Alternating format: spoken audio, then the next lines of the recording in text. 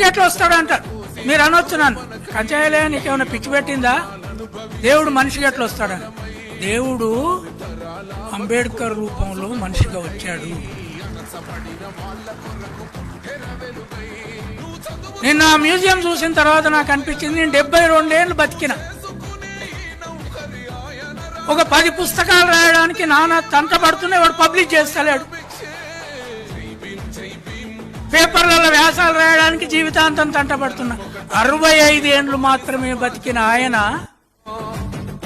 ఒక దేవుని రూపం కంటే గొప్పగా నాలెడ్జ్ జ్ఞానాన్ని ఈ భూమిలో మొక్కలు నాటి నాటి నాటి నాటి 65 ఏళ్ళ కలిసిపోయి చచ్చిపోయాడు.